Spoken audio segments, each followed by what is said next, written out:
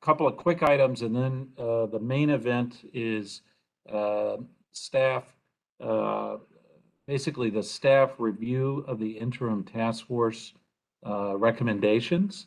So before we get started, does anyone have any changes to the agenda or anything else relating to the agenda? Yes.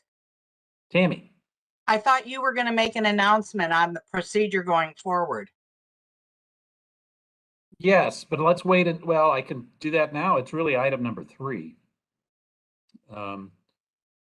Tammy, which do you prefer?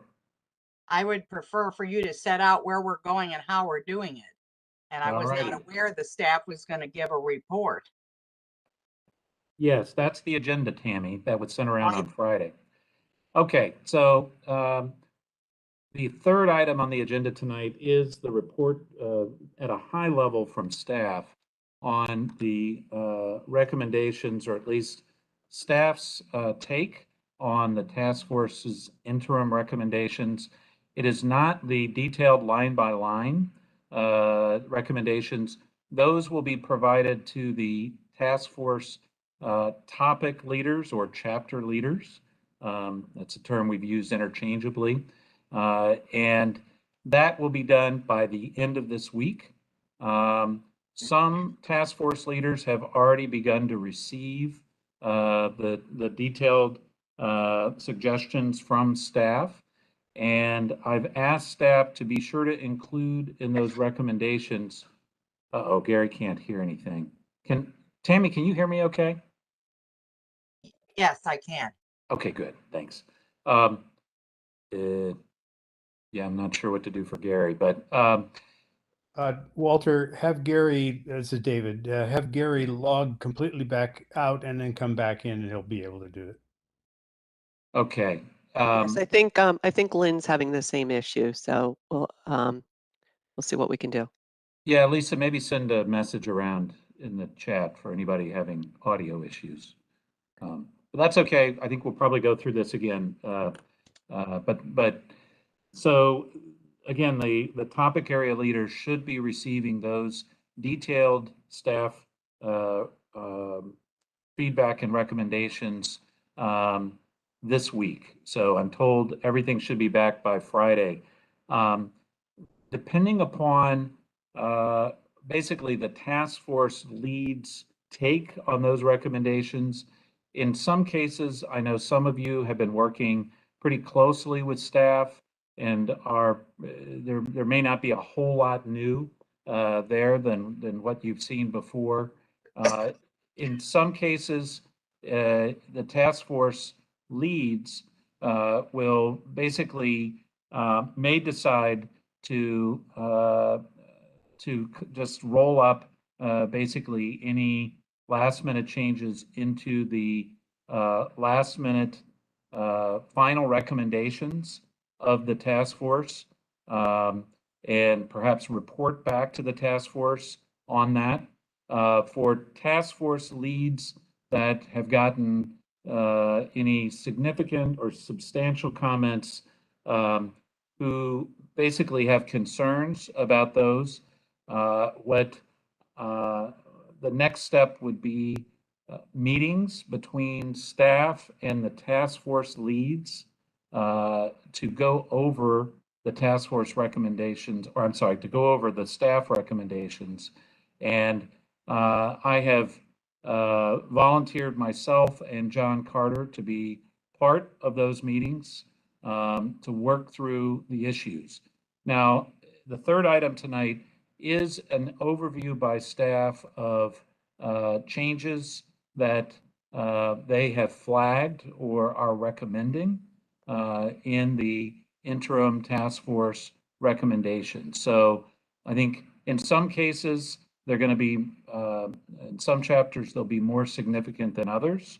But the idea is, my hope is that through this last collaborative effort between task force leads and staff, that we can get the task force recommendations to a point where they can go forward as plan language, at least draft plan language, And where there are still issues of disagreement with the task force, that those are clearly labeled. What I want to try to avoid, frankly, is to have the task force go back and revote on a lot of stuff. I think at this point, the task force has wrestled most, if not all, the issues of interest to the ground. If there are issues based on the staff recommendation that the task force lead wants to bring back for more discussion of the task force, certainly that's possible, but I am frankly aware of the time commitment you have all put into this, and frankly trying to make sure that we don't spend any more time than is necessary going forward. So I'll just pause with that. Are there questions? Tammy, did that cover what you were looking for? Tammy, go ahead. I'll just be silent at this point. Okay, all right, and we'll come back in phase. Does anybody have any questions before we get to the third item and come back to this? Okay. Chris Daniels does. Pardon? Chris Daniels has his hand up. Oh, Chris does. Chris, you have your hand up? I do. We'll see. We'll see if my counterpart is cooperative with me. I will say I got the heritage comments, Yep. and they are relatively minor compared to what everyone voted on. I've given my comments back to staff already, so I hope to at least take one item off everybody's plate of something that will seem relatively undifferent from what we sent it in for. So I hope that that can let us more time to focus on other items. Thank you, Chris. Yeah, appreciate that. And thank you for double duty parenting and task forcing this evening. Okay, any other comments before we dive back into the agenda? Okay, so the first item, hopefully everyone got the agenda that Lisa sent around. And the first item actually relates to the subgroup, the earned density subgroup that met several times. And I wanted to basically, John Carter, I think you weren't formally the head of this, but I know you were taking notes and actually helping with the draft document. If you could give an update on where that is and some possible next steps on earned density for the task force consideration. Okay, can you hear me? All right. Yes. Okay. So the task force was composed of David Gill, Mark Looney, Moira Callahan, Alvarez, and you have to help me with that pronunciation, and Charles Colby. So I don't remember how many times we met, probably 4 or 5 times, I think. We all agreed that this is a difficult idea to make this work. And some of the things that we wrestled with is, number one, where does this take effect? Is this only for large projects? Is it only for small projects? Even the little tiny ones, the 500 square foot store that somebody wants to add. Is it for the amendments? And I'm assuming there's going to be a significant number of amendments to the approved projects. So how do we wrap those all together? And I guess the answer we came up with is all of the above. So that of course adds a lot of complexity to this. Then what geographic area does it cover? Does it cover the TSAs? Does it cover the TOD areas only in the TSAs? Does it cover the TOD and the non-TOD areas? Does it cover the village centers? Does it cover the convenience centers? Does it cover all the other commercial areas? Does it cover projects in the neighborhoods, multifamily, single family attached, townhouses, and single family detached? And we didn't wrestle with this too much, but I guess the answer is all. It covers all of those. That adds a pretty wide swath and adds a lot of complexity to this. Now, hopefully everybody has this. Do you all have copies of what the earned density is so far? It has Yeah. six categories in it, and within each category there are several items. Now, I think that's somewhat free flowing. So if there are things to add to the categories, that's certainly possible. We did our best to reduce the amount of options in this, but hopefully we've captured the meaningful ones. But anyone who wants to add, that would certainly be helpful. I think we have the categories right, but certainly we're up for grabs as well. Now, so if we've gotten that far, we know what kind of projects that applies to, we know the geographic areas, and we know the basic approach of these categories with sub-items under each one. What approach are we taking? So what's the purpose? Is the purpose to reduce density everywhere? Make it very tough to get it maximized? Is the approach to make it easy to get to the maximum density and add a few bells and whistles to it? And you can imagine with the development community as represented by the land use attorneys and the community members that there's different points of view on that. There is also a concern about the remaining projects coming in. And if you've seen some of the data, that a lot of these projects that are outside the TSAs, particularly the TOD area, a lot of these projects are coming in significantly below density. An example of this is Roland Clark, not to pick on Mark Looney too much here, but that density is 3.55. They're not going to come in anywhere close to that. So if they come in that much under density, do they then escape so they can get out from under some of the recommendations in the comp plan? I don't think that was the intent to allow that. And that was, it's certainly my concern. We've just been going through the Fannie Mae project. And as we go farther and farther, the density is starting to get lower and lower. And that was 0.62 for commercial and 0.5 for residential. They'll come in below that. So we don't want them to escape the recommendations, such as environment or open space, particularly on a project like that. But there are a lot of projects outside the TOD portion of TSAs that we don't want them we don't want earned density to undermine the notion that they need to meet the comp plan. So that was a concern. So number one is we want the comp plan to rule. That's where we start. We want all those elements in the comp plan. That's going to be tough enough. Now, if you do all of that way, what we end it is I'm not sure how to express this. Some would say it's a little lightweight in terms of its implications. Some would say, well, it's just a list. And so how are you going to make anybody do this? I think that my favorite project demonstration of this would be the Thompson's Hotel. I don't know how many people know that. The Thompson Hotel is in the middle of Lake Fairfax Business Park. It doesn't adjoin anything.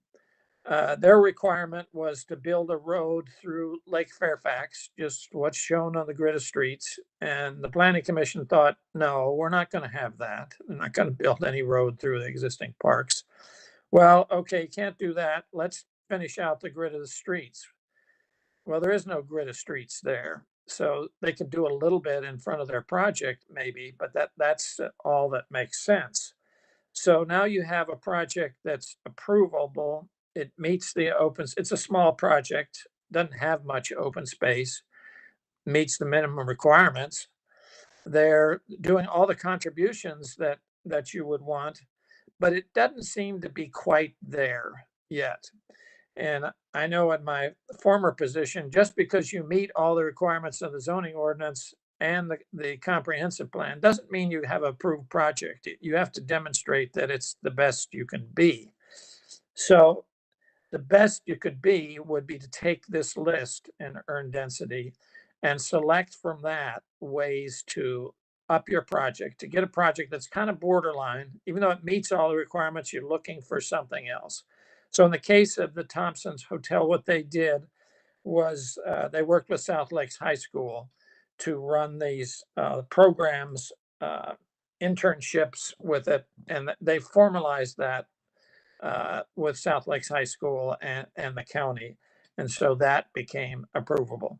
So I don't know what people think at this point. I granted that some would like this more teeth and bring the density down a little bit, make it tougher to get to approval.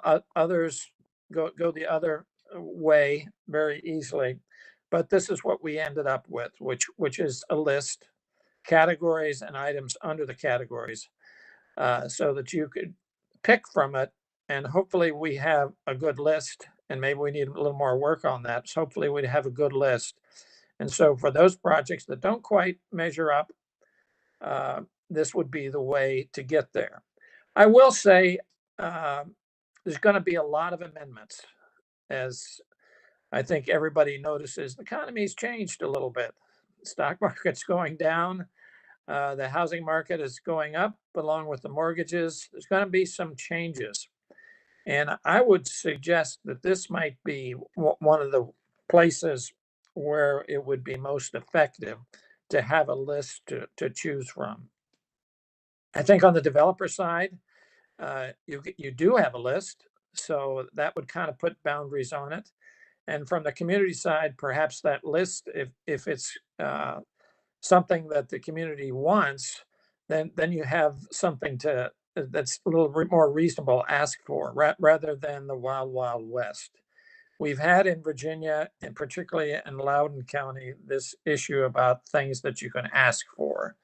And this has resulted in a elimination of the proffer system for portions of Loudoun County, because Loudoun County was asking for things like granite countertops and more than a couple bathrooms, and some things that perhaps were a little bit going too far. So this is, it reins it in quite a bit, but that's what we've come up with. That's what the group came up with. And you can imagine the issues back and forth. The group was pretty good. I thought they were pretty free flowing back and forth on the different ideas.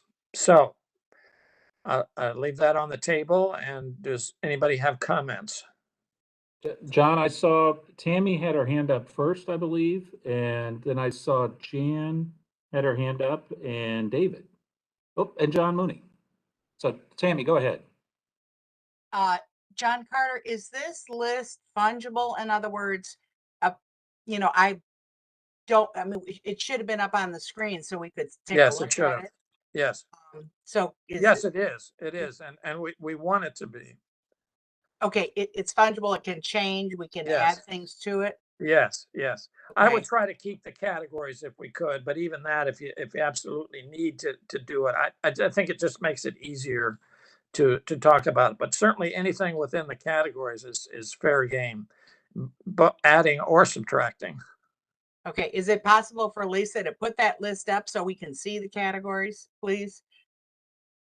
I don't have that list. If I'm happy to put it up if it can be emailed to me. Thank you.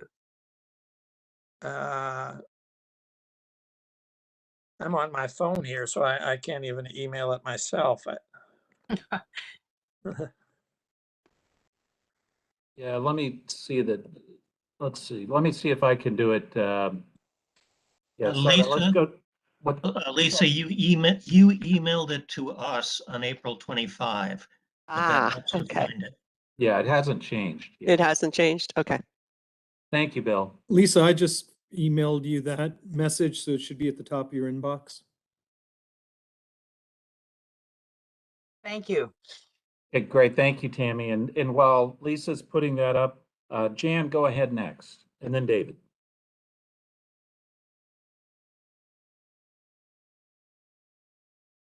Jan? There I am. I'm sorry. There you are. Hi, Jan. Okay. Now, earn density. Hi, everybody. Does this mean that we can only have these things done by the developers if the developer earns the density for this?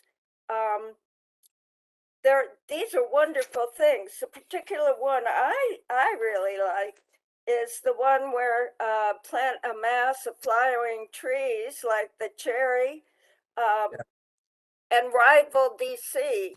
That would be stunning. That would really be something. But I don't see a developer going down this list and being able to do these things. I think we should do them. Maybe as part of the Reston plan, rather than expect developers to do it. Some of these I think developers could do, but that would probably involve transit access off-site or that sort of thing. I think that perhaps land use or parks and building could take on the others. It's very exciting if the developers would go down this list and say, hey, we'll take this whole enhancement of the natural environment and we'll go right down the thing. That would be great. But I'm just not understanding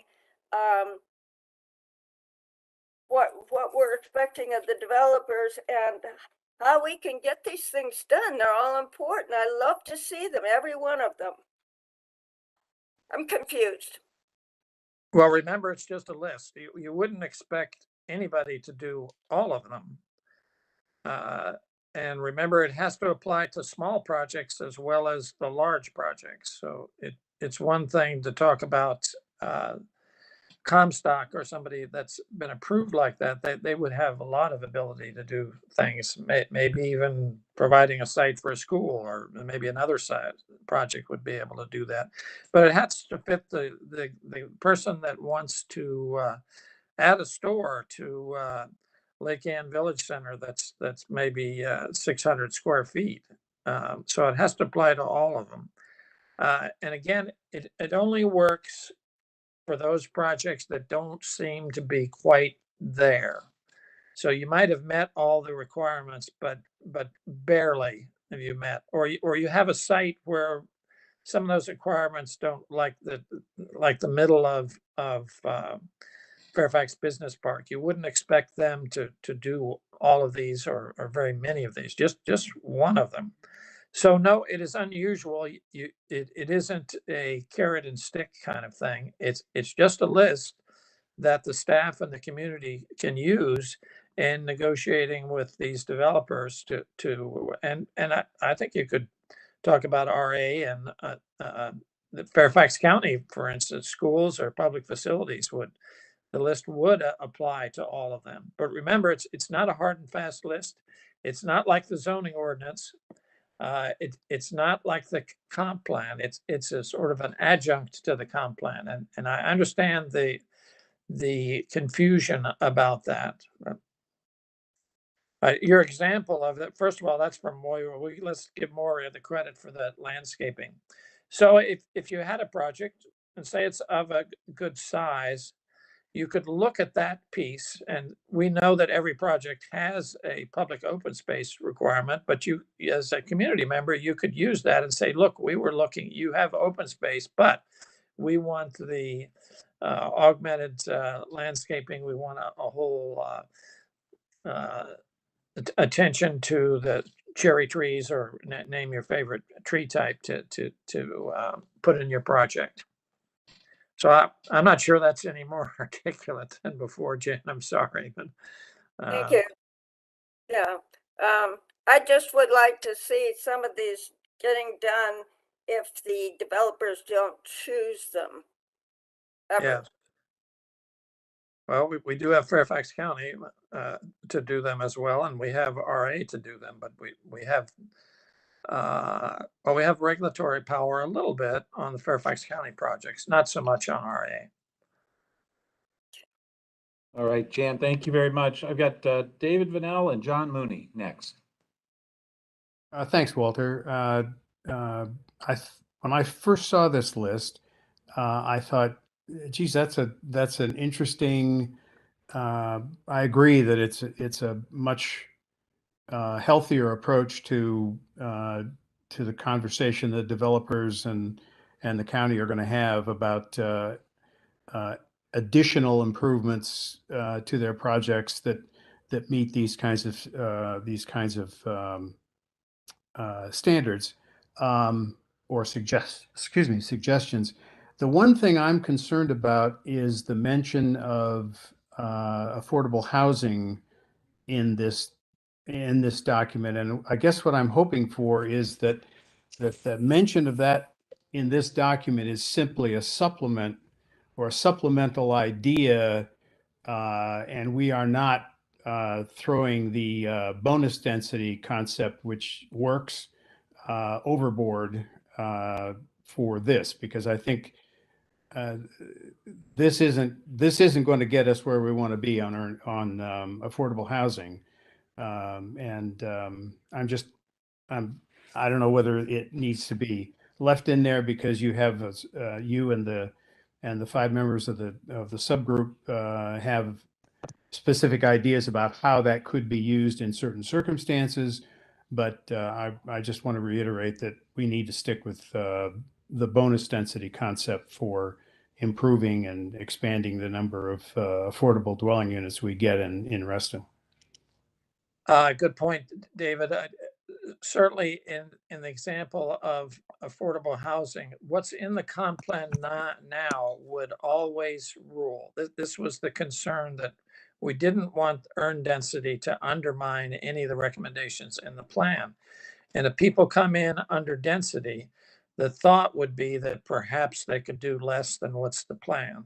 So we always start with whatever's in the plan rules the day. This is on top. So if someone came in with their affordable housing and you went, pick an area to say the TOD areas where it's a 12% requirement, you get a 16% bonus. If you wanted to do more than that, if you wanted to do 14%, now the way the Virginia laws work, you must give them a bonus to go along with that, but it would be their option to go higher. But in no way would they want to be undercutting what the basic recommendation is in the comp plan. Now perhaps we could word that category a little better to make that clear, but that was the intent, is all the earned density is over and above the comp plan recommendations. And even if you come in with less density, you don't get to go, you don't get to undermine the comp plan. Is that helpful, David? Yeah, that is, John. Thank you very much. I just wanted to clarify that if you get to that point where they want to do more than that, then you as the negotiation element could bring in this list and say to the developer, pick from a couple of these things, and Right. Okay, that works for me then.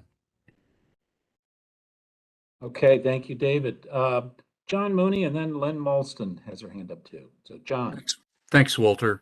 I've communicated these ideas already to the earned density working group, but let me repeat it here for the full task force.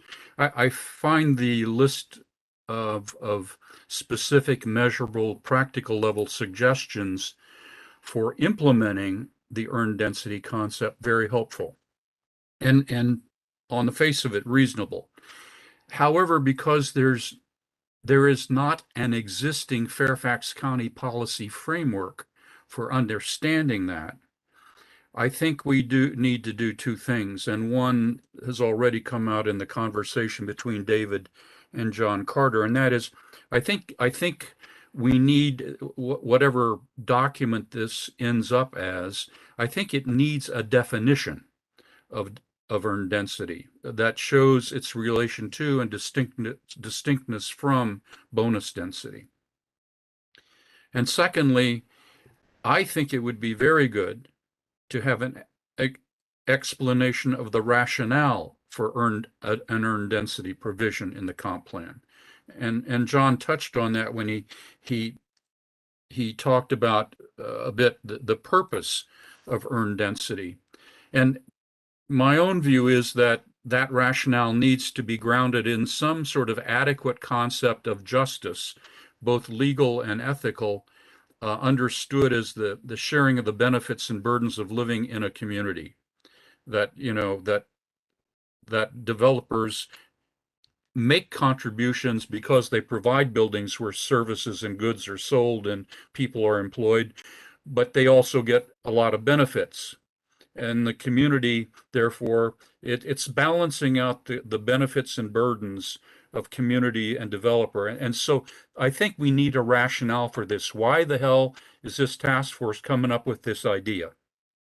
And I think an adequate notion of justice, as I say, the benefits and balancing benefits and burdens of communal living might be the way to go. Thanks. Thank you, John. I think you're right Oh, on yeah. the definition, and I think that the rationale, I think that could be useful. Okay, thank you, John. Lynn, I see you have your hand up. I thought that I had lowered my hand, but I just said in the interest of time that I did lower my hand since Commissioner Carter did stress the fact that the integrity of the comprehensive plan is not undermined by earned density. So the earned density is an adjunct and it provides a platform for developers and land use attorneys to come into the process, ensuring that the planning principles and the design guidelines are being adhered to. This is going above and beyond, and I think it's fabulous. It's a great concept. So that's my talking points. All right, thank you, Lynn. And I see, Chris, do you have your hand up? I believe that's the last hand. Yes, I wanted to agree with John Mooney that I think a little bit more clarity in the front here of kind of describing exactly what John Carter talked about would be really helpful. And maybe an emphasis that, you know, we can encourage development to come to the table with ideas that could meet this list's goals as well. Because as John said, this list is not locked in place. So a developer proposal could come with an idea of how they think they meet earned density with that along with them. That's all I've got. I think that's a good point, Chris. I think that, you know, while we are all working on the list, there may be things that 5 years from now we wish we'd put on there. So we ought to have a mechanism to be able to do that. And I think this is flexible enough to do it that way. And we probably need to make that clear that you can add to it over time.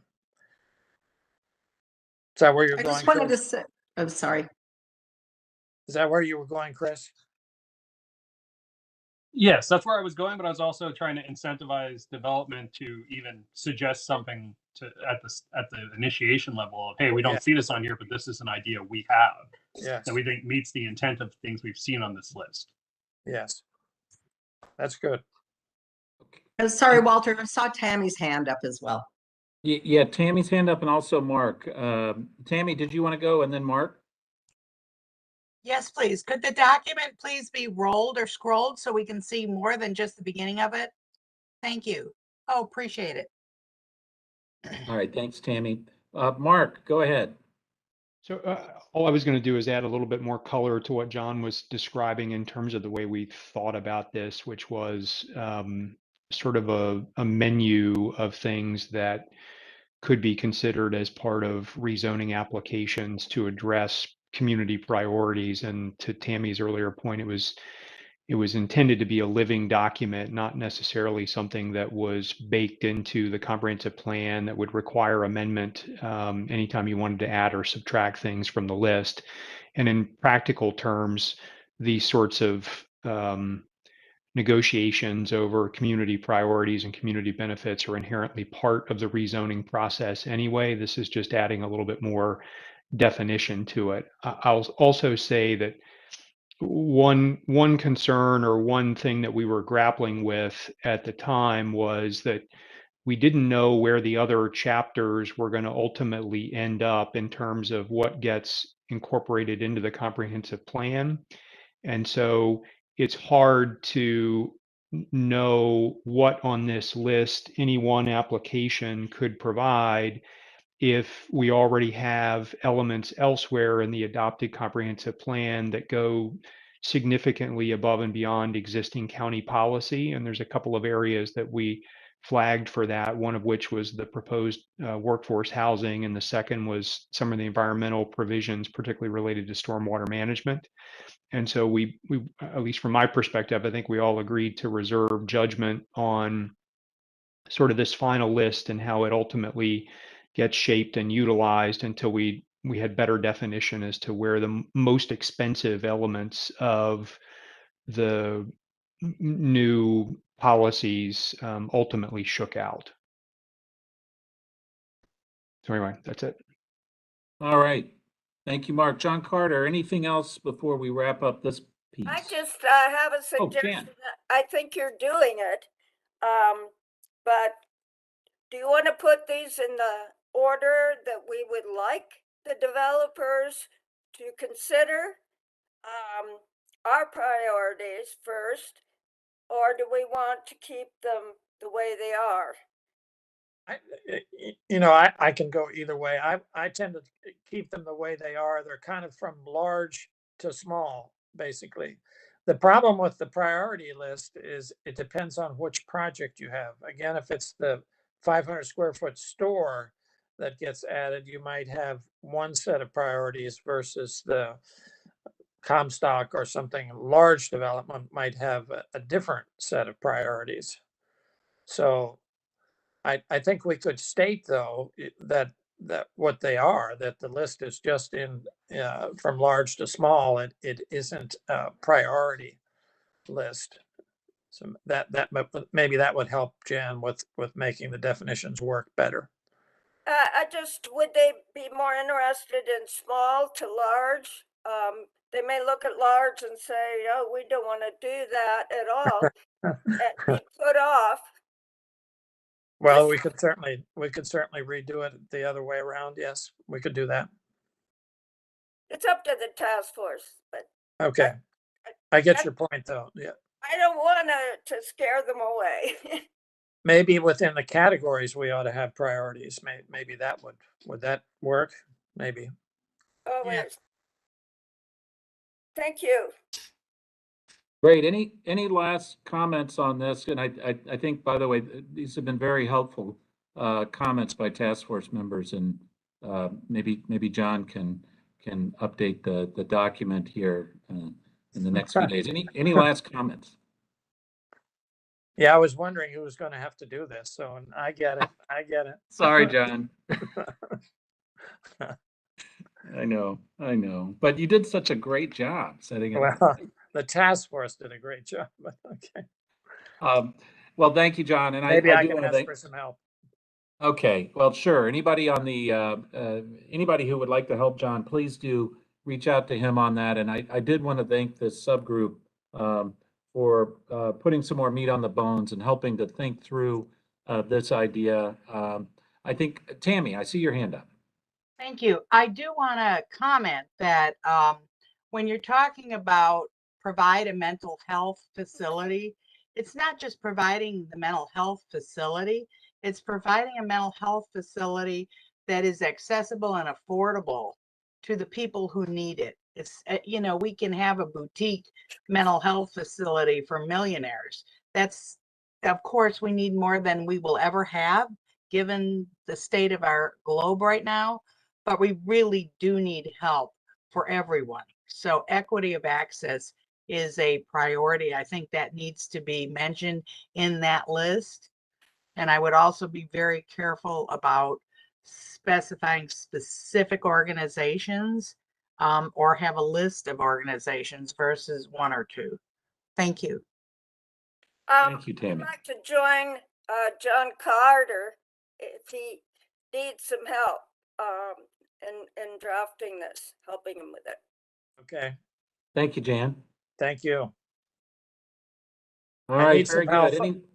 I need some help. Otherwise, I'm going to be first for that mental health. I understand. All right. Well, very good. All right. Well, listen, thank you again, everybody who's been working on this and helping think this concept great. through. Very, very helpful. Good discussion. Let's move on to the second item. And actually, frankly, this is one we put on there. It had not been one of the chapters identified for the task force meetings going forward. And then there was also a request from a task force member for staff to provide written feedback on the interim equity chapter that was sent out. I know there was also some discussion on the task force about whether equity should be a standalone chapter or if it should be interwoven into the other chapters. And there was also some discussion about integrating some of the equity considerations into the introduction to the overall plan. So with that kind of crazy introduction, I would ask St. Clair, do you have an update on this? And I think this is an area that there needs to be a direction in terms of next steps, and love to hear from you, St. Clair, and Yes, task Ms. force Goodman, members. I think at this point we were waiting for some feedback from the task force. You may remember, but equity was a chapter that was not voted on by the task force. They had decided they wanted to wait till there was that initial community outreach to get some feedback to see what the thoughts on how to go forward with that. So I think part of what staff was kind of waiting for is what is kind of the task force thoughts on how do they want to go forward with equity. Okay. All right. Thank you, St. Clair, for clarifying that. Yeah, Tammy, I see your hand up. This is sort of crazy. We're going around in a Gordian knot here. The two women who wrote the chapter have been waiting for the input from the staff and have gotten, as far as I'm aware, and I don't know all the facts, but from help me, everybody who's been hearing about this has gotten no input. So if the staff is waiting for the task force and the authors are waiting for the staff, I'm not sure where we ever end up, other than I will say unequivocally, Walter and the Board of Supervisors have said equity is one of the two main priorities in the county: climate change, equity. So we are going to have an equity section. It is interwoven within each chapter. We know that, but there is also to be an introductory short chapter on equity. So that's my understanding of it from attending 45 meetings. 46 now, Tammy. 46. Thank you. Lynn, did you have a comment? I was just curious as to whether St. Clair and staff did receive draft language for the equity chapter. So staff received both a version that had it as a separate chapter, and then there was a version that had it as kind of something like you said, it could be worked into an introduction. But again, the task force had not made a determination exactly on how they wanted to go Well, forward. hold So I on. think Now, what did we vote on? Hold on a second. What did we force a vote on to bring forward? Why was that not something that staff was looking at? In my mind, that was the objective, was to get something out, even though we acknowledged as a task force that this language would need work. But we didn't want to keep it closed. So is it just, did staff just not even look at it? Did that just sit? I mean, well, again, we received all of the chapters that the task force voted on. The task force did not take a well, we final voted, vote. Sinclair. There was a vote. It was a contentious Yes, there vote. was. We can go back and take a look. But again, the decision was made that they wanted to have that initial engagement and get some feedback before making a determination how you wanted to go forward. I mean, I made the motion for the vote, so we can go back and look, but I can tell you I made the motion.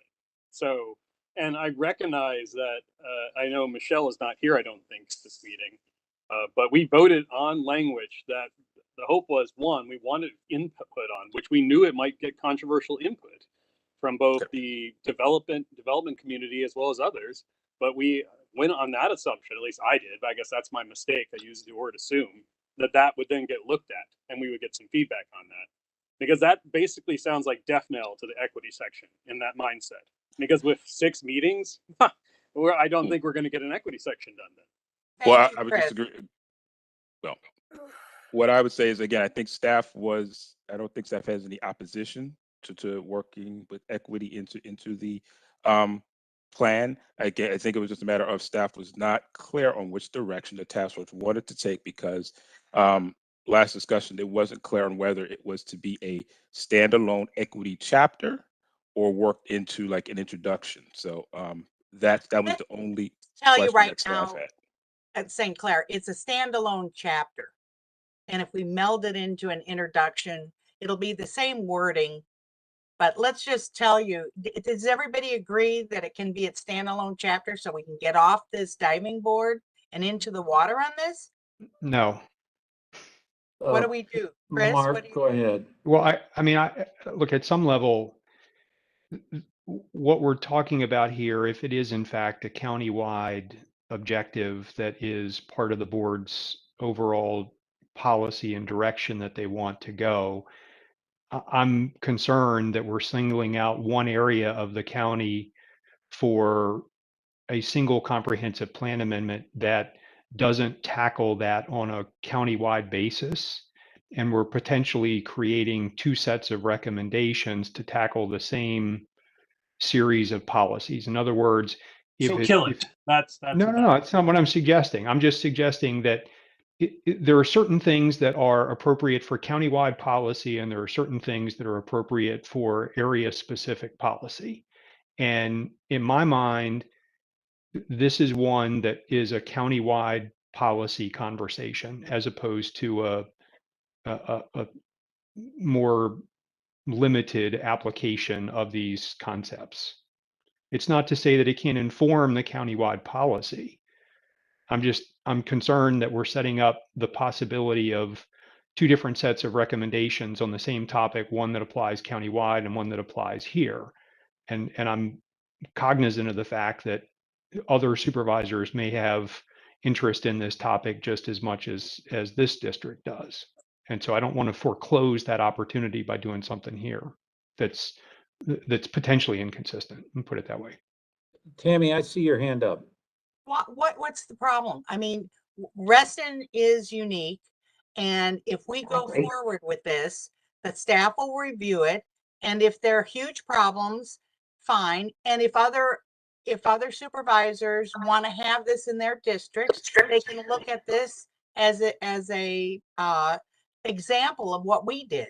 But to kill it after Walter has said he wanted it, and it has been said by the Board of Supervisors multiple times that it's policy. Now, if they are giving only lip service to it, we'll find out really quick, because the staff will come back and kill it. But if this is, I guess, here we go.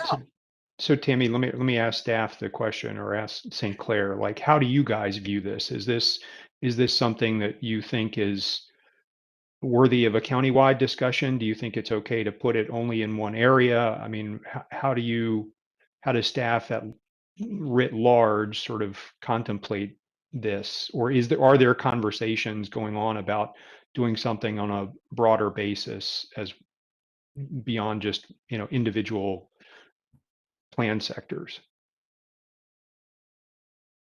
Well, I think that's something we'd have to take more of a look at. I can say, I know even in initial discussions that we had with equity, I mean, staff did express a concern on any impact that anything that is adopted for Reston, as long as it doesn't have any conflict with things that might be looked at a countywide level.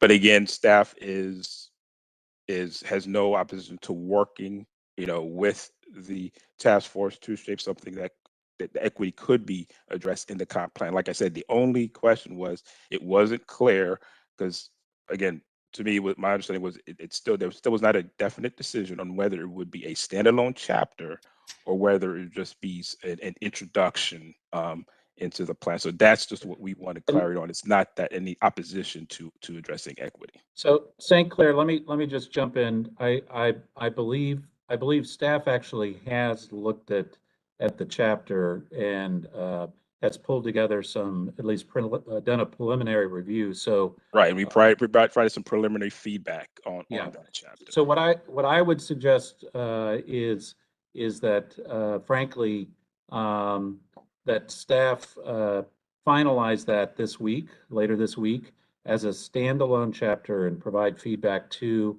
the task force and at least to the leads on this, and hopefully that can be done concurrently. And then I think we are going to need to schedule probably some more time depending upon, because Mark does raise some issues about countywide stuff. I think that's something the task force would need to explore further. And Chris, I saw your hand up there, like physical hand, sorry.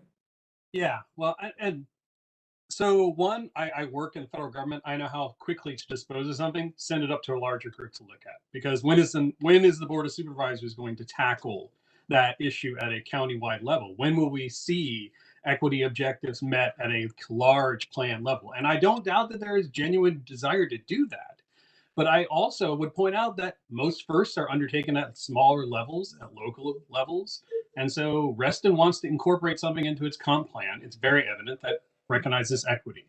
We put something together that I recognize, and I'm not going to speak for Michelle, that was very pie in the sky, and hoped that we would get something in here that could be pared down in the mindset that it would achieve some goals of championing what the Board of Supervisors says is a priority in our county. Now, the concept of, is it interwoven? Is it a chapter on its own? Well, that's the fun thing about equity. It should be implicitly interwoven into every one of these sections. That's just the baseline for being equitable, is to make sure all your things achieve that. So yes, we should make sure that every chapter in this new update recognizes equity objectives where they're appropriate. But having a section that speaks to why Reston is prioritizing equity, well, I mean, I think we'd be doing good by Bob and by the principals if we had that. And maybe it's not going to be the banner that one day the county will vote on and do for the entire county, but it could be a start. So it's kind of the, one state had to sign the Declaration of Independence first. Well, one comp district has to push for equity first. So I'm off. And it makes sense that it would be Reston. And I'm just doing it for Michelle because she's not here right now. And I have a feeling, at least I didn't see her here, that's something we need to advocate. And it makes sense that it would be Reston that would take on this. Maybe I hesitate to jump into this, but maybe I will. I've got a thought here. I think the spirit of this would be, okay, so the Board of Supervisors has set a high level request, it's more than a request, to address equity at their level. Now, so I think to address what Mark's concern was, we don't want to be conflicting with whatever the supervisors have laid up. But so how would Reston implement what the supervisors have said? It's not that we're undermining the county-wide perspective. That's probably too broad. When you get down to the individual area plan, how you implement it in each area might be different. Might be different in McLean versus Annandale, or different in Reston versus Mount Vernon area, the Embark plan. So I think it would be appropriate for Reston to have equity, and I actually think Board of Supervisors would give us all demerits for not having something in there that addresses equity in a pretty good fashion. So I think if we kept our eye on, okay, here's what the county-wide perspective is, and this is how we're going to implement this in the Reston plan, that will get away from conflicting with what the supervisors, and I doubt that we would be trying to undermine the county. We would just want to do it our way in Reston, in a way that implements it. And a chapter might be the best way. I don't know. I think the introduction, if it's going to equity, we probably ought to have an introduction with environment in there as well. We want to be mindful of what the supervisors have been asking us to do. and how the supervisors have been asking us to change how comp plans are written and emphasize certain things. And I'm sure equity and climate change are too, that the supervisors would be disappointed in us if we didn't have something well written about that. That's my 2 cents. I hope that's helpful. Yeah, John, thank you very much. And let me just say, I feel, I think, somewhat responsible for the confusion on this. So I apologize for this not being further baked at this point. So what I would just ask of the task force, basically, let me work and let my office work with staff on getting feedback on the chapter and with some and to work with them to see if we could get some staff specific suggestions on equity. I got to tell you, there's another reason that I'm interested in this beyond our One Fairfax goals, beyond this being a priority for the Board of Supervisors. Frankly, I have a little bit of a parochial interest as the supervisor for the Reston area. You know, if you look at where our economy is growing, if you look at the companies that are making location decisions, many of them really care about this topic. And so frankly, I see this as, I know many things the development community is concerned about because, you know, it's going to cost more, it'll slow things down. I think if we do this right, this can be actually an attractor for companies looking for a place like Reston. And I would like to frankly maybe work with staff and see if this can be framed up in a way with the expectation that we'll still see something countywide. But let's see if we can turn this into a positive and use Reston's history as the first open community of Virginia, and it's frankly a leader on these types of issues. So unless somebody has any objections, I'd like to do that. Any other thoughts? I'm wondering if it shouldn't be both. It should be a small introduction and a chapter. I'm wondering if that wouldn't be a better way to do this. Do them both. Yeah. So, some of the chapters that they have equity in them, but it's hidden quite a bit, and so the chapter would be able to make it clear and pull out the emphasis that Reston's placing on equity. Yeah. In a manner consistent with what the Board of Supervisors wants. Yeah. I look forward to seeing staff's preliminary comments on what we gave them. I mean, I know there were going to be some hard decisions that were going to have to be made in the long run on it. And I think it was better to be ambitious out the gate. I mean, I did the same thing when I helped Michelle with Heritage, when I did Heritage, but Michelle was the real, you know, Michelle and Jennifer were really the stewards on this one. But that was the thing, you know, we got to think big and then we'll try to hone it to make it as effective as you said, Walter. So I definitely hope we can see something in here. Okay, and what I'll do too is work with staff and see if that feedback can be both if it's a standalone chapter and then if it goes in an introduction, what that might mean differently. I think that's something hopefully that's manageable, but I'll work with staff on that. So so thank you all for your patience. Again, this was something I frankly should have been a little bit more on top of. So but I think in working with staff, I think we can get something back to the task force here in the next couple of weeks, hopefully. Great. Walter, right. Walter, this is David. David. Just a note about content. I know we've talked back and forth about, you know, what the chapter should sound like versus what the information in each of the other chapters should be.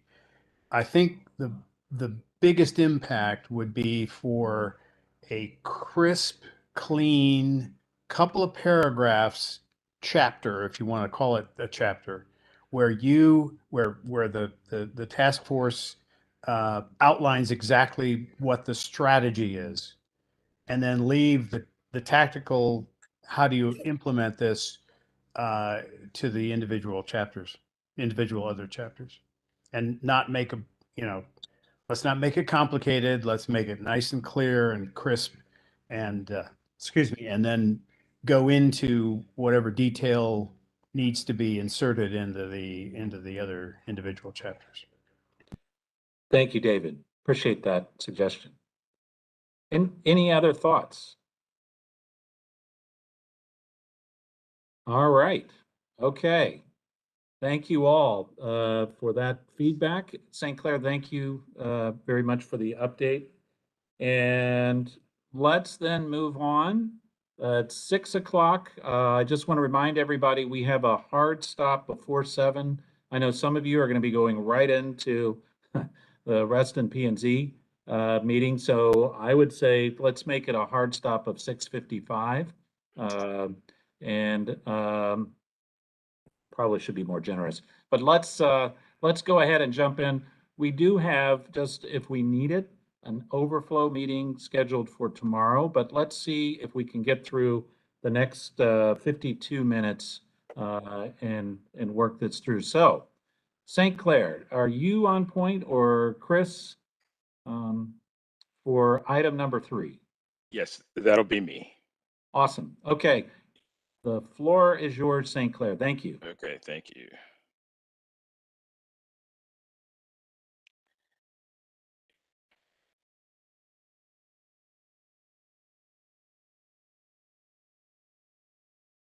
Okay, and hopefully, are you seeing slide presentation show up? No, Yes. Okay. I Okay, see okay. the slide presentation.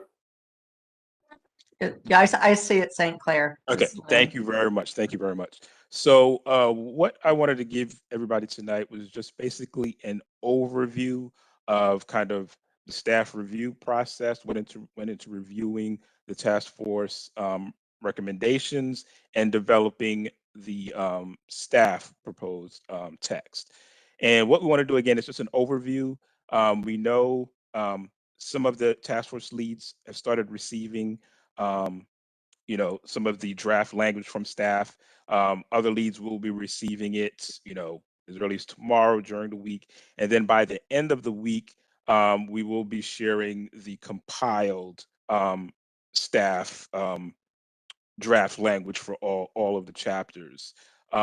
So before we get into any specific detailed discussion on the topics, which will be up in upcoming meetings, again, just wanted to give you an overview of kind of what is taking place at this point, and then highlight some of the key differences, I guess, that staff has identified at this point.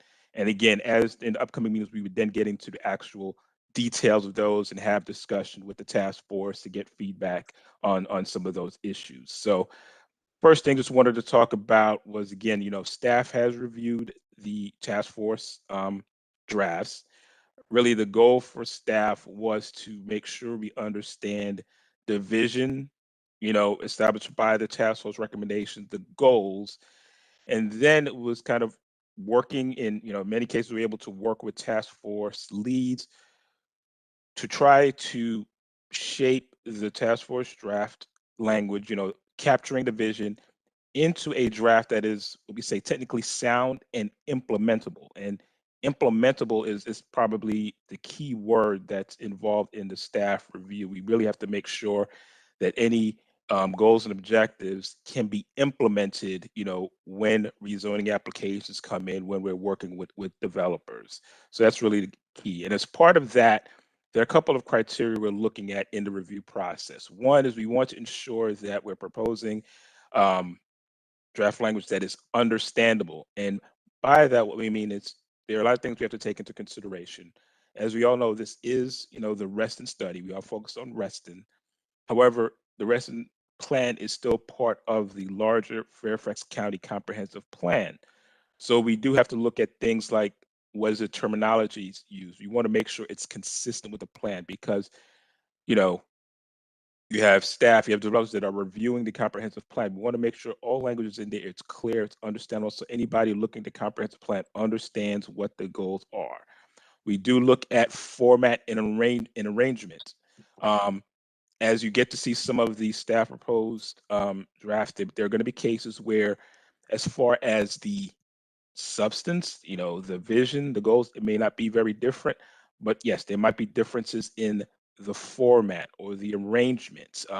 Again, part of it is consistency can be beneficial for those reviewing the plan. So ensure people don't miss information, things like that.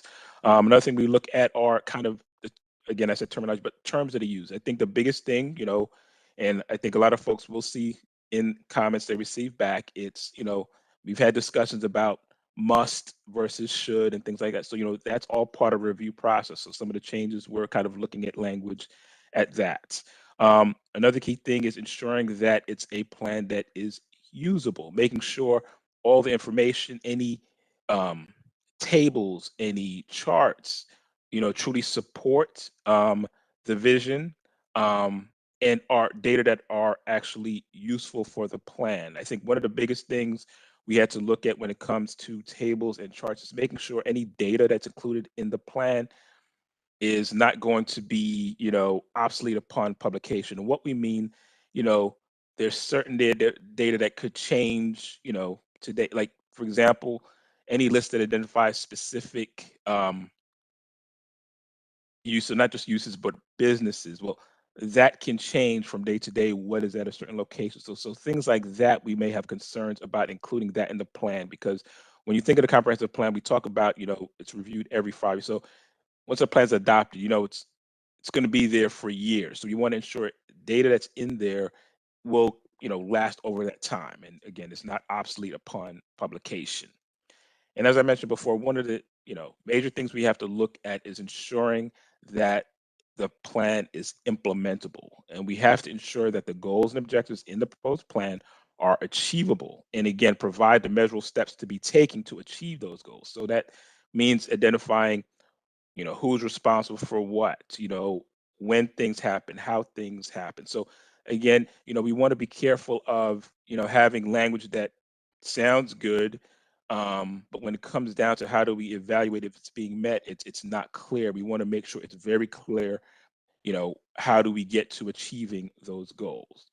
So, those are all, kind of big parts of what goes through in the staff review process. So again, I think the key we want to just remind everybody is, again, we totally appreciate the work that the task force has put into, but I think I've sat through most of the 45 meetings as well to develop the draft. So I think when we look at the staff drafts, if you really look at it, you see, I don't, in many cases, the substance, the vision, the goals haven't changed, but it may look very different as far as format, as far as arrangement, and things like that. So again, our goal is to maintain that vision or goal. So, there will be opportunity for further discussion. If there are things where maybe staff has not captured the vision, we can have discussions to see how, things can work out moving forward. So another thing I just wanted to highlight, and again, at this point, we're just highlighting because again, we don't want to get into the discussion until the task force has actually had a chance to see the staff draft recommendations and go through them. But we did want to just kind of highlight for everybody, just some of the key differences between the task force draft and the staff draft, just to think about, as again, we will have the detailed discussion in upcoming topic meetings, but we just kind of wanted to highlight some of the things and just give some, background on why there are some differences. So kind of one of the first things we want to talk about was the environmental stewardship chapter. And that was one where, again, we understand that, addressing, climate change, stormwater management, those are important goals for the task force. And one of the recommendations that was in the task force draft was about, retaining on-site or reuse for the first 1.2 inches of rainfall. And I think that's something staff had to take a really close look at, because one of the concerns was, is that something that is it feasible? Number two, is it something that would be attainable for most applicants? Does it create, as we were just talking about equity, we do have to think about equity as far as, would it, what impact does it have on, different developers? So staff worked very closely with land development services, stormwater planning, stormwater management engineers, to get a better understanding of that 1.2 inch goal. Is that something that's feasible? Is that something that, staff could support? And again, through the discussions, I think there was I Sure. think our LDS That are, staff did identify some concerns with the 1.2 inch. What the task force, what the staff draft recommendation will be including is we've talked about a retention of 1 inch. That is something that has already been adopted in Tyson's. We think that's something that I think staff could be more comfortable with supporting. We think that that is attainable. But again, that's just one of the areas where I think you're going to see a difference between the task force draft and the staff draft. Again, sticking with environmental, another one was looking at green buildings.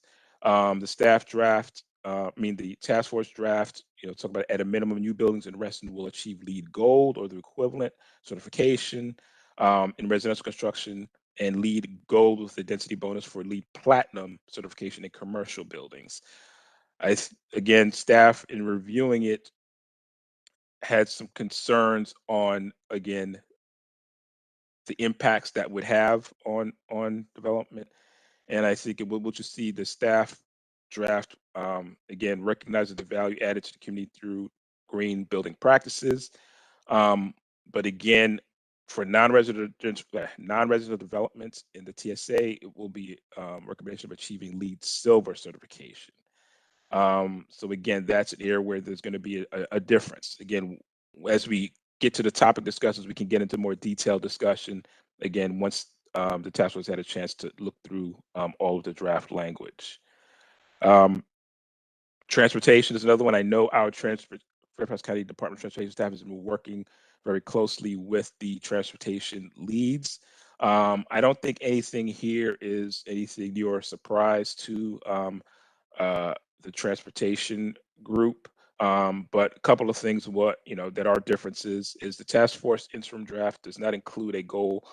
Force interim draft does not include a goal for roadways in the TSAs in terms of level of service E, which is something that's currently adopted in the plan.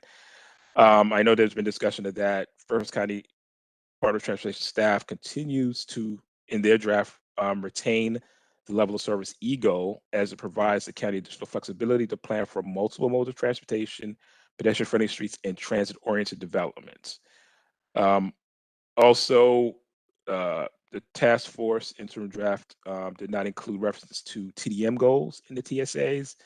And again, I know there's already been discussion with the transportation group, but Fairfax DOT staff again continues to include that language in TDM related trip reduction goals for the TSAs generally align with the countywide transportation policy objective of to promote transportation demand management to support efficient use of the county's transportation system. Achieving trip reduction goals by encouraging alternative transportation modes and reducing reliance on single occupant vehicle trips will benefit all users of the transportation system. So again, that's another area where again there's a difference in the drafts.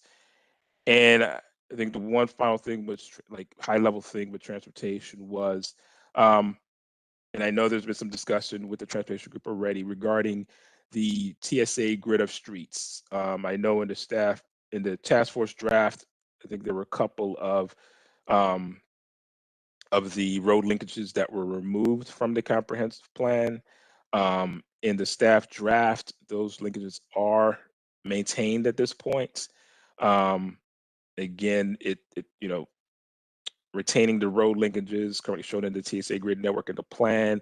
They believe that the planned Reston local street network is encouraging the TSA to spread and disperse traffic in a more effective and balanced manner, providing a variety of route options, as well as fostering a walkable and bikeable environment, as individual street can be smaller with lower traffic volumes. So I think, again, there'll be opportunity for further discussion, but that's just another area where there are differences between the task force recommendation and staff recommendation. Getting into land use, again, we've had some discussions with the land use leads, and we will be continuing to have discussions. One that I know we've already had some initial discussion with the land use group on was the task force draft includes a land use calculation table and the introductory paragraph, and it talks about the table being used as an analytical tool to calculate the infrastructure support the estimated land use, and it identifies number of elementary, middle, and high schools, adequate parkland, including rectangular and recreation and diamond recreation fields, police and fire, water and sewer, and the impacts on transportation. There is a difference in the staff draft, and the reasoning for that is the land use calculation tables, or development potential numbers that are included in the plan, they're usually tied to transportation infrastructure. That's usually what it's focused on. Some of the other county agencies, schools, parks, water and sewer, they all, while they do acknowledge the plan, and they have their own processes, calculations for determining uh, adequate infrastructure and infrastructure needs. So there was a concern about tying those numbers to some of those agencies. Those numbers are usually really tied to transportation. So in the staff draft, you'll see that the language is still similar to what's in the currently adopted plan, and again, really ties those numbers to transportation infrastructure rather than some of the other items that were identified in the staff draft. But again, we have ongoing discussions with the land use group that we'll be having, and we will have further discussions with the overall task force to go through these issues. Again, some other things dealing with land use was the task force drafted. Currently, there is language in the plan that talks about maintaining a jobs to housing balance of 2.5 for Reston.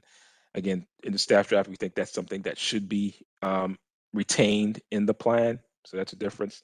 And then there was some formatting, differences. I think the key is looking at the substance of the plan may not be very different, but there are some formatting differences. There is I guess it's called a newspaper or side-by-side format that was used in the task force draft. I think there were just concerns on the staff side that it was just inconsistent with, the comprehensive plan. So in the staff draft, you will see more of the traditional formats. Another issue was the task force draft does include a lot of pictures. Now, staff is not opposed to including pictures. The issue with pictures is, staff cannot include any pictures in the plan unless it can be verified, that they are not copyrighted. So that's where, they get as a concern of using, we would need to be clear that pictures are not copyrighted before we could include them in the plan. So I think you will see a difference in there's not the pictures that was in the task force draft. And then the task force draft included a message or kind of an intro to the land use chapter and a table of contents. And again, the Reston plan is part of the overall county comprehensive plan. Usually in the various area plans, you don't include, individual tables of contents and things like that. So you will not see that in the task force, in the staff recommendations.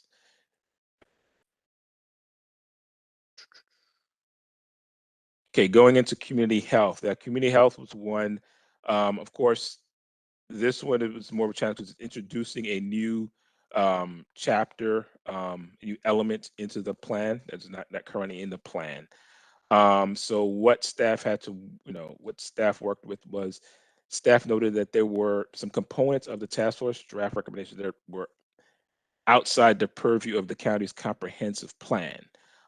Specifically, it was looking at operation and maintenance elements. And, staff noted while they're important for long-term success, they're just other vehicles to address those concerns, outside of the plan. So what staff did, do is to try to, remove the components of task force draft that were outside the purview of the plan, just to ensure what was in the plan are things that can be implemented as part of the land review process. So you will see some differences there. And something that we've noted, and this has come up in other chapters as well, is the task force draft referenced, proffers, to fund and ensure Reston's public health facilities to support nonprofit and public efforts to address food insecurity and to contribute to ongoing maintenance and further improvements of the Reston path system to connect the community. Again, staff have concerns because, again, proffers are voluntary contributions. They're not predictable. They're not quantifiable. They're not a quantifiable income stream. So references to proffers in the task force draft were not included. So again, that's something where you see a difference between the drafts. And then in the healthcare section of the community health chapter, oops, one second. The task force draft identified specifics related to healthcare service costs.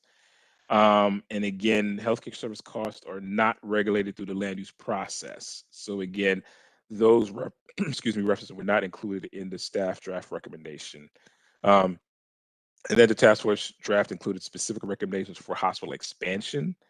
And again, when it comes to healthcare needs related data, they are determined by dynamic market forces that are outside the purview of land use guidance. It was noted that Innova and Reston Hospital, they conduct their own needs assessments, and the comprehensive plan does not usually include maps. So again, we're referencing to hospital expansion, nor provide any specific data on privately provided services. So again, the not providing data on privately provided services, that goes back to, what I was referring to earlier about any data that could be, basically irrelevant, once the plan is adopted. Those privately provided services, they can change, they can relocate. So again, that's something we usually don't include that data in the plan. Moving on to parks and open space, I think the biggest, well, I shouldn't say biggest, but I think one of the key differences you'll see is that the task force draft established a distinct set of classifications and groupings for existing and planned open space, parks, and recreation facilities in Reston.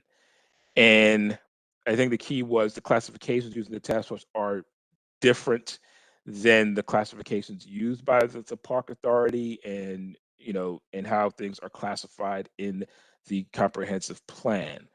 So what the staff draft, it does involve significant revisions and reorganization due to the differences between the park classifications. But again, I think park authority staff has said, majority of the recommendations in the park and open space chapter were in line with current standards. So I think staff has worked to incorporate, as much of the recommendations as possible. But again, due to the difference in categories, there are going to be some changes, some reorganization. Yep, I think this just continues with, as I was saying again, the task force draft includes recommendations for playgrounds, sports courts, and dog parks that are inconsistently adopted level of service standards and Fairfax County Park Authority needs assessments. Again, staff has attempted to retain portions of the task force draft recommendations related to these facilities and associated characteristics. But again, just because of the differences in classifications and determination of need, there are going to be some differences. And then the task force draft removed references. There were some parks, and then this previously discussed, that are, I guess, technically outside the limits of Reston, but they are currently referenced in the plan.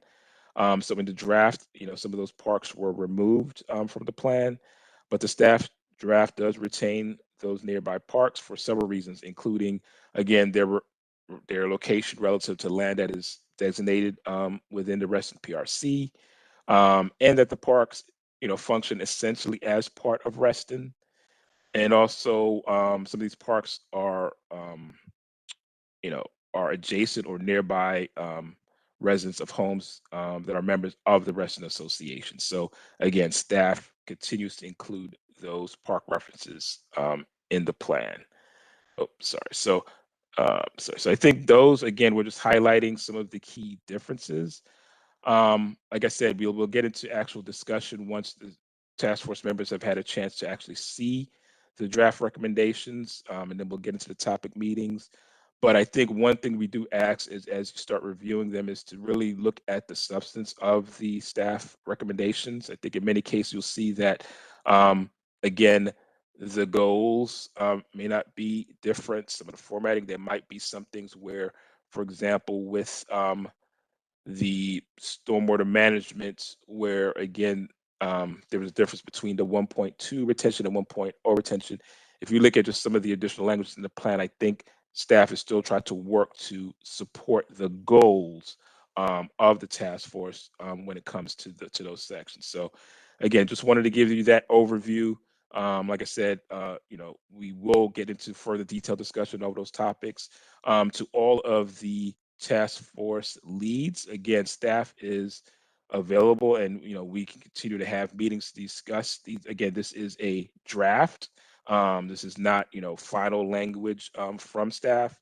So we are open to having further discussions to work through if there are any differences. I think the goal would be to get to something where we can all be supportive of one set of language, and we can try to work to get to that. So we will be reaching out to staff leads during this week, providing again some of the marked up staff recommendations and setting up meetings for further discussion. And then by the end of this week, we will be sharing the compiled staff recommendations for all of the chapters that were voted on. So with that, thank you for your time. Again, if you have any questions, we can ask some quick questions. But again, we didn't want to get into details on the issues until we get to the topic discussion again, and staff and the task force had a chance to review the draft recommendations. So thank you. All right, St. Clair, thank you very much. I appreciate that. Before I open it up for questions or comments, Barbara, did you want to chime in here as well? This is not your first rodeo on a comp plan update, I know. But this one has been quite unique, as I think everyone is aware. So that's the first thing I wanted to do, is to thank everybody. What you've given us is really an impressive draft to work with. Very thoughtful, and as we've talked about tonight, groundbreaking in certain areas. So we really appreciate the effort that has gone into this. I also want to thank, as St. Clair did, the chapter leads who worked with us. Some of those chapters are in great shape, I think, because of that. One was mentioned already, Heritage Resources. I think hopefully when the rest of the task force sees it, it will resonate with you that what we've produced is totally consistent with your votes. The one thing, and we want to obviously continue that effort both at the chapter level and then with the task force as a whole.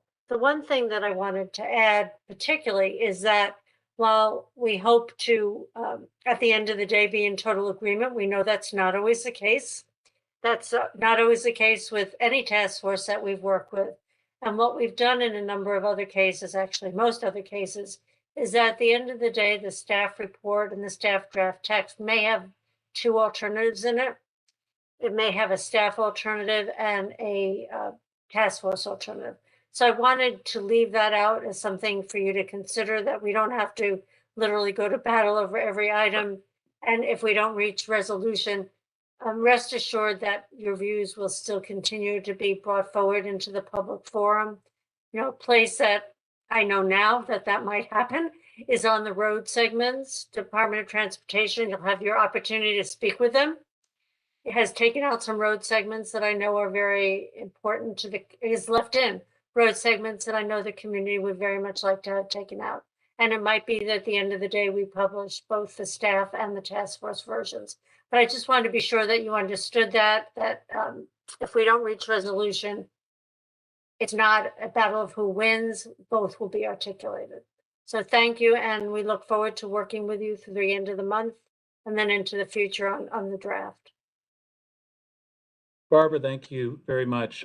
I'm not going to say this about anything else in the comp plan, but ultimately, when this gets to me, I can't approve the road to nowhere. And so anyway, I'm not going to weigh in on anything else right now, but I just, want to let everybody know that, I clearly take staff's recommendations seriously. I will always consider them, but I want to let the task force know that my commitment to make sure that in working with staff, that things that are important to the task force are articulated in language that actually can be implemented, that's strong, that basically will, in some cases, just be a policy choice.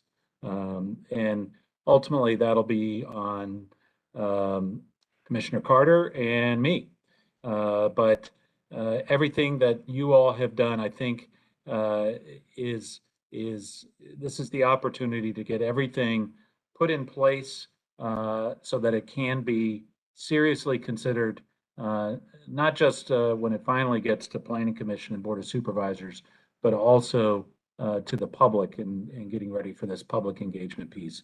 So anyway, thank you all for your patience as we work through this. I know it's taken a while for us to get here, but this is a major step. And I'll just open it up, look for hands. I see John Mooney, then Lynn Molston. Go right ahead.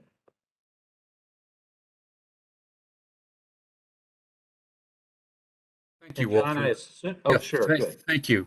I want to begin by expressing gratitude from the Transportation Drafting Committee, which is Gary Maupin, Bill Penniman, and me, for the extraordinary collaboration we've had throughout the process, not just at the end, with our transportation, Fairfax County Transportation Department contact group. It's been extraordinary. Very open, honest communication. And they were, because of that, because we'd done it throughout the process, we got an early version of their detailed comments on our draft. And we've already had one review meeting, and we're going to have another review meeting in 2 days. So that's wonderful. I want to, and some of the differences between the task force votes and the Fairfax County DOT staff recommendations has already been noted by Sinclair. What I wanted to point out is one thing, though, of general interest. I think for all the comprehensive, the entire Reston comprehensive plan, and that is the Fairfax County DOT staff reduced our text measured by word count by 38%. And some of that I personally welcome as the person who, did the final draft, because I was aware that there was fat in it, there was some repetition. And so they did what a good editor would do and reduced a lot of that fat, a lot of the repetition. But some of it was due, and this is my main point. Some of it was due to the level of explanation that was sought in the draft. And we, as we drafted our chapter, sought to make this understandable to a very broad audience. So not just, these comprehensive plans are read by Virginia courts who are reviewing comprehensive plan and zoning-ish cases. They're obviously used by the Board of Supervisors, the Planning Commission, Fairfax County staff, developers, attorneys for developers, but they're also read by ordinary citizens. And what we strove to do, and sometimes put too much verbiage in, is that we tried to make it understandable for ordinary citizens who may not be acquainted with references to technical definitions. They need a little more explanation. And we had a very fruitful discussion at our last meeting. I said, we were overweight to the point of being obese in certain sections, but you guys were downright anorexic, So my point is, I think we need to be sensitive to the audiences we're trying to offer this document to. And so that's one of the things that I think we need to look at. And if other parts of the comprehensive plan, other sectors of the comprehensive plan don't do it, maybe we should consider doing a little more explanation so that not only the technical experts can read the text. Thank you. Thank you very much, John. Lynn, and then I see Mark Looney has, or he did have his hand up. But at least Lynn, go right ahead. I'll I'm take really mine just down. I'm gonna piggyback on what John Mooney said. Where I do think that, staff is used to seeing comprehensive plans at a very high level, take on the shape of what they're used to seeing. But I'd like to offer, specifically as it pertains to land use, that we feel that the use of photographs, and I can tell you that there are no copyright issues with any of those photographs because they came from task force members' cameras. But we feel that the use of visual imagery greatly improves the interpretation of and the intent of the chapter, as opposed to leaving it in just text. It leaves a lot to interpretation. So the use of visuals is extremely important. And we feel that that chapter was greatly improved with the addition of that. And I do want to just remind staff that Reston is different. So we are a planned community. So we are not going to follow the same things that other parts of the county. We're a planned community. We have planning principles and design guidelines. So, as we get towards the final language of the plan, I think that it's going to be great to continue to work with St. Clair and Chris Caperton and staff that we've been working with thus far. So Thank you, Lynn. That's great information on the photographs too. I know there've been other, well, frankly, there've been lawsuits about copyright. So knowing where those come from, that's a very good thing. Very, very helpful. Chris, I do see your hand up. Go ahead. Sure. I definitely want to echo. Oh, just so you can see, I do have a baby in a Carrie K-tan right now. So, I greatly appreciate staff's efforts in this, and I think they've done a great job. I wish some of the points at the beginning of this were something that we could have all kind of worked on at the beginning, because I think a lot of that would have helped kind of level expectations for some of this coming out. But I think the big thing is I'm looking forward to the conversation that we're going to have about each section. Is that something that we're going to anticipate kind of a section lead briefing us on where those differences are at a high level? Because I know we're not going to, each one of us, be able to understand where Mark or Lynn have their individual concerns with those sections. But I do want to I want to know how Lynn feels so that I can kind of help shape my opinion as a member of the task force when I, think, oh, these are reasonable changes or not, so we can prioritize our discussion to only focus this limited window we got left on the critical items, so we don't get waylaid on debating roads nowhere. I appreciate you just getting that right out there, Walter. That road, you're going to be against it. Great. Perfect. Chris, thank you very much for that question. That would be my preference. Frankly, what I would like to do as staff provides the chapter leads with their comments and suggested changes, what I would like to do is first of all, as those meetings between staff and the chapter leads happen, I frankly, and some of you, John Money, I know you've already been having all these meetings. You haven't, my presence probably wouldn't help, but I would like to be a part of any of those that the chapter leads would want me to be a part of. I'm going to basically do everything I can to make myself available, and John Carter as well.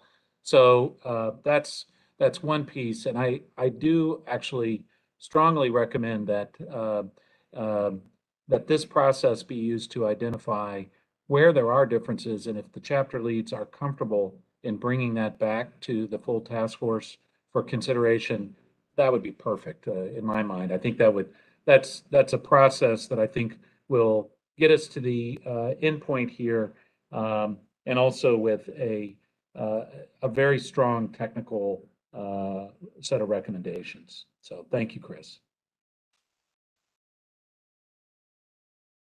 Other comments or questions? Or are people getting hungry before P&Z? Maybe that's it. I've got some comments if I could, Walter. Yeah, please, John. Thank you. uh, you know, it's one thing to talk like this, but there's some staff work that's needed. One is the graphics for the maps. I think the maps need to be redone, and I'd hope in the next week or so we could get those maps so they can be incorporated in there. We need that right away. The next is, we talked about data in the, I see Charles Colby there. I'm sure he wants to know how many schools are there? And if you want, we can just take the last comp plan. Since this one is very similar, we can just do that, but we need some, that's a staff work. You don't want the task force calculating the number of schools based on the population. So we need that right away. And then this parks issue. I understand parks may not use the land use data. I don't know what they use, but we don't have anything in there now that says what kind of recreation fields and how many they would be. And I know Jai Cole has some excellent presentation about the size and shape of those and whether they're equitable or not. So we need that to get this. This plan will be incomplete without the better graphics for the maps, the park information, the schools, and I don't know what you do with the transportation, since we don't really have money to gauge whether the land use and transportation are in sync, but we're going to need some kind of analysis. My understanding is that has to be done and it has to be approved by the State Highway Administration before the Board of Supervisors can approve the plan. Is that still the case? That was the case the last time. Is that the case this time? I would have Is to get anyone from feedback. DOT on? Walter, it's Barbara. Is anyone from DOT on? King was on. Okay, so I think, I don't want to speak for him, but since there are really no land use changes, except maybe some down changes, it does not have to go through VDOT. I see. So, Okay, so you're Barbara, comfortable with that. that was my understanding too. If the comp plan guidance was increasing density, it would be required, but this is not going in that direction. Yeah, we did It's increase it slightly. It's a threshold by which, if the increase is over a certain threshold, it has to go through VDOT. Yeah, okay. All right, very good. All right. And John, anything else? That's the main thing. And John, just real quick, I think those all pretty well, I guess they belong in multiple chapters, but they really spring from the land use chapter, right? Well, I think the land use to a certain extent, but I think more the public facilities chapter. They Oh, the need to public be in facilities there. chapter, okay. Yeah. All right, so I would suggest, I think those are good topics, maybe with Charles and staff. You know, this would be a good thing to talk about in that meeting. I think you can pretty much just tell us what the answer is, or just use the last plan if you want to do that, particularly when it comes to parks and schools. But I would really work on those graphics because we're going to go out to the community pretty soon. And without those graphics, we're going to be short. Okay, great. Well, thank you very much, John. Lynn, I guess I hesitate ahead. saying this, but I will. I think, and I'm not sure this is appropriate for me to say, but I give it a try. I think better than concentrating on format issues, which I think there is a reason the community writes things, and that they may not know a little bit better how the community perceives things, and the formatting, I think, should be less important to staff and more important, and I'll call it coaching. Perhaps coaching the teams through it rather than try to rewrite things, is to coach the community through those key issues. That's a better role than worrying about like the transportation. Do the facilities come first, or do the bikeways come first? I think that's less important.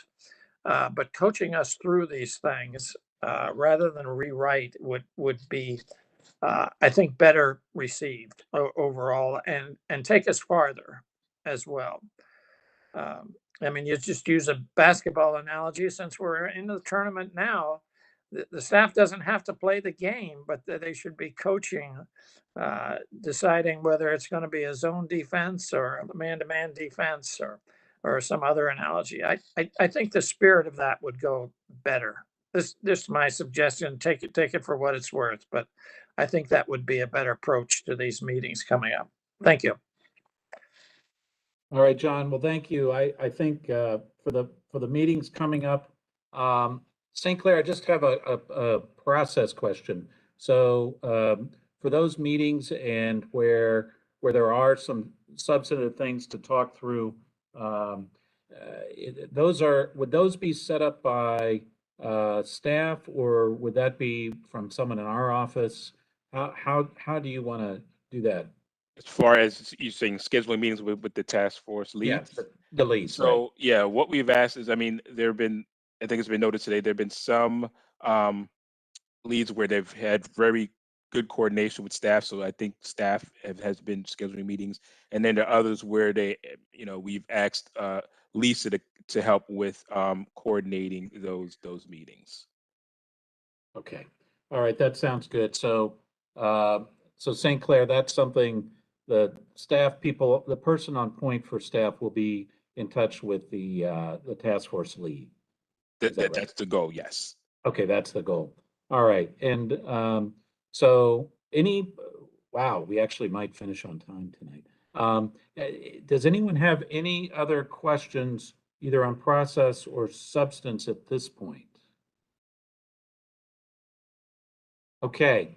All right. Then, wow, we are going to finish on time. And the good news is we don't have to meet tomorrow night. Okay. So Right. that's good, right? All right. Yeah. All right. Well, listen. Don't have to meet tomorrow night? No. And it really does go to those staff and topic leads meetings. Tammy, go right ahead. So from now on, the meetings that Lisa has heretofore scheduled are void, and meetings will be set up for the task force as leads and staff are ready. Is that correct? Yeah, I think the idea, Tammy, is that the meetings with task force leads and staff will go forward. And frankly, as those meetings come to some resolution, perhaps still with differences, on 2 or 3 items or whatever it is, then the task force lead will come back to the task force overall and then present an update to the task force on the status of that chapter. And then that will then be rolled into the larger document. If there have to be any votes, then, we can do that. But Tammy, I think the idea really is to schedule those after the chapter leads and staff have a chance to try to hash things out. Correct. And yeah, and then We clear our calendar to date and we wait until it's appropriate to schedule those meetings with the task force.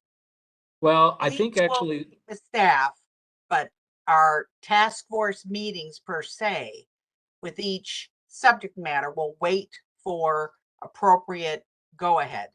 that's right. But Tammy, I think the topics that have been put out there have been put out with that in mind. Like I think some of the ones that are we think are a lot closer have been scheduled sooner, and then the ones that maybe require a little bit more discussion are scheduled later. So I think that's the idea in order to try to keep us on schedule. Now, the schedule may still slip. I hope not, but let's see what we can do. And again, I fully understand and I expect there to be some differences of opinion. But I know in this case, staff will put together language that will show options. And this is one of the things that's just going to have to be talked about in those, I would say one-on-one meetings, but it's going to be more than one-on-one. Tammy, does that make sense? Yes. Okay. All right. Any final questions or comments? I have a final comment, Walter. I just Lynn, want to thank thank you for making yourself available to sit in on some of these final meetings, because I think it'll help to streamline the process. Well, thank you. Thank It you. certainly will help bring me up to speed. So, but no, thank you, Lynn. And I am very much committed to do this. And frankly, this is something I know the task force members, you're volunteers, and this is all something you've done, you know, for the good of the community. So thank you so much for doing this. And we're getting close. Just have to get through this last bit. And staff, thank you as well for your professionalism. You're working with the task force, working with my office in order to basically get us over this. And frankly, the goal here, let's not forget it, is to come up with a better comprehensive plan for Reston. And you know, we are on that path, but let's keep going and finish it off. Any final questions before? All right, 6:53. Let's wrap it up. Okay, thanks everybody, and Thank you. please contact my office with any questions. Thank you. Bye, thank you. All right. Bye, thanks.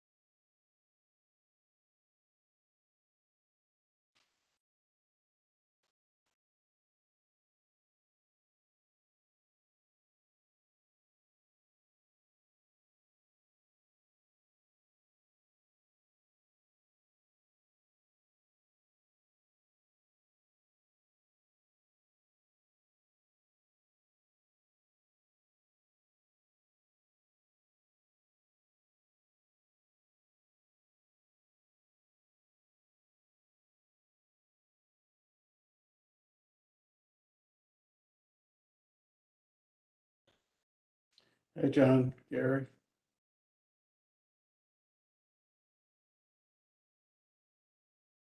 I know. Why, Friday he told us he was gonna make it clear. Did he do it? No. You know, he just did not do it, and it's just a killer. Uh, No, I thought I thought that was great. I mean, he just said, we're not, we want to write more.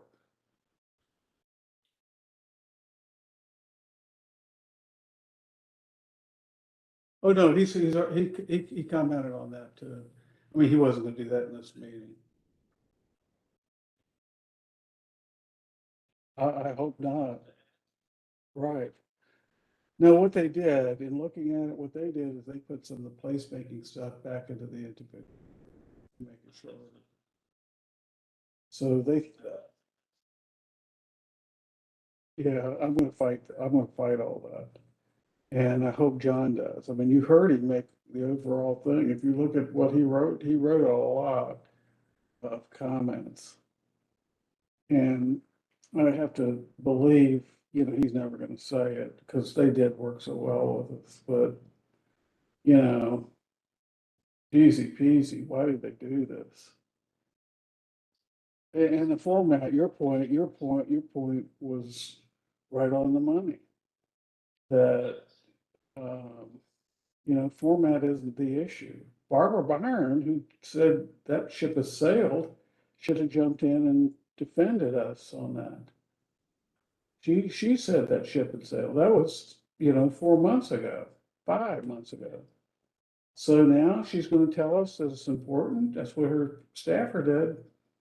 We now have to go to a different format after Barbara told us we didn't 5 months ago.